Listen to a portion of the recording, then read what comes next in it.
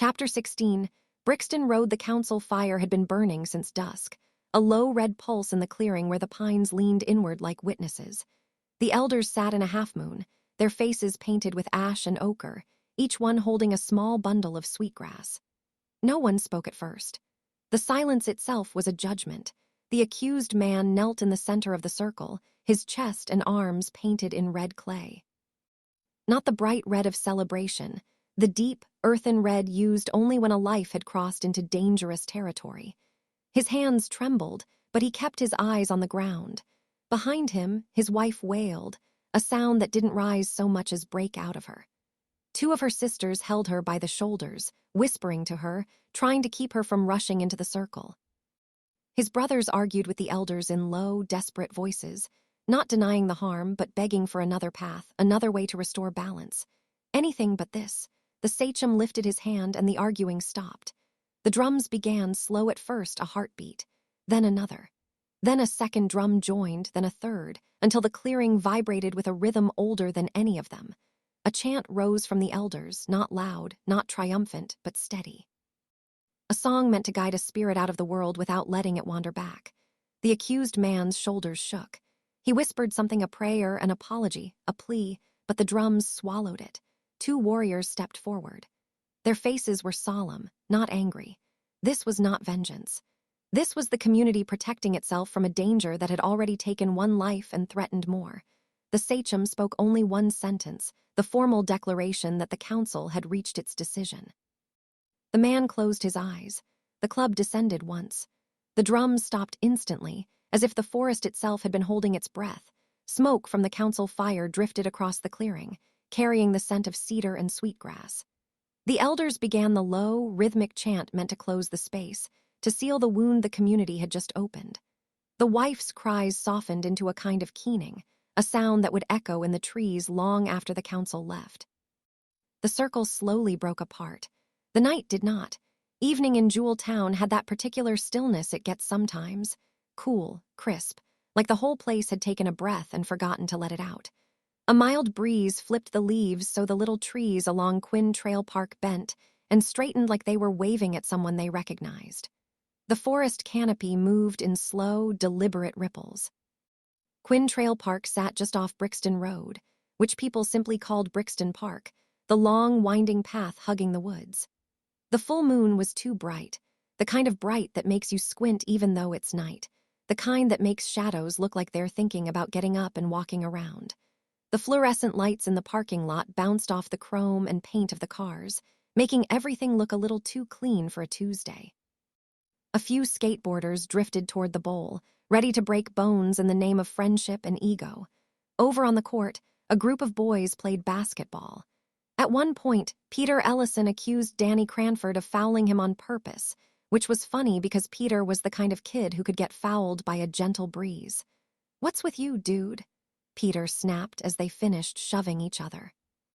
"You want to keep double dribbling and palming the ball, then don't give me shit about fouling you," Danny said, which shut Peter up because it was true. The other boys laughed. Peter had a reputation for being a coward in sports, not in life, just in sports, which is somehow worse. And then it happened. Or maybe it had been happening for a while and nobody noticed until the exact second the universe decided they should. But suddenly the sound of drums rolled through the park. Not a car stereo. Not someone messing around.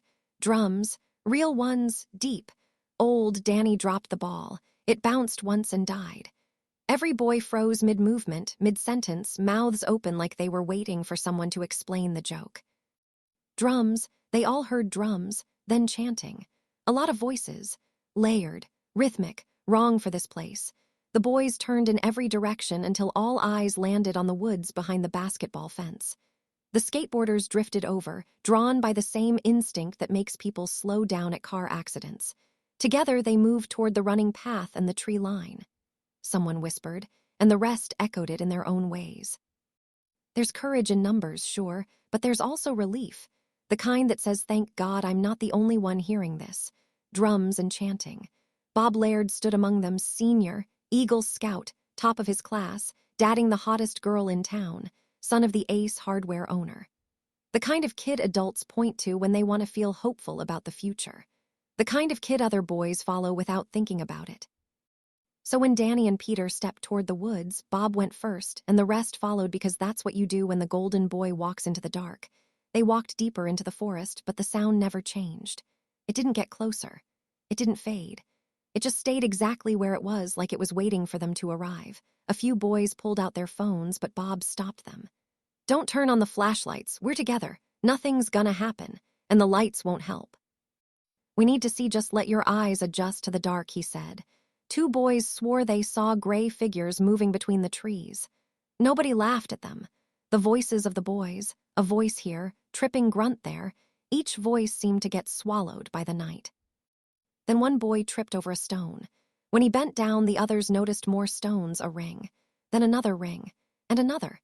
Concentric circles, half-buried, subtle, the kind of thing you'd never see unless you were meant to, a ritual space. Danny, Peter, and Bob stepped into the center. The air, which had been warm enough for hoodies, turned frigid in an instant. Every boy felt it. The mild breeze whipped into a sudden, angry wind.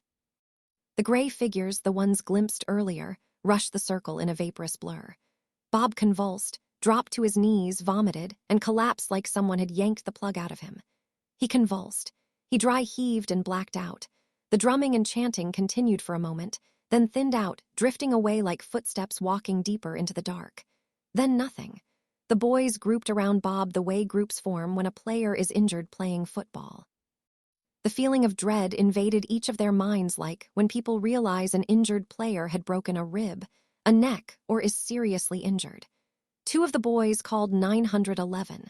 The collective feelings were lingering fear, helplessness, and sorrow. They were silent. The boys carried Bob back toward the basketball court and called an ambulance. Nobody argued. Nobody tried to be brave. Nobody pretended they hadn't seen what they saw, as the group waited for the ambulance. The silence continued, eyes helpless, and the woods behind them was silent again, like it had never made a sound at all.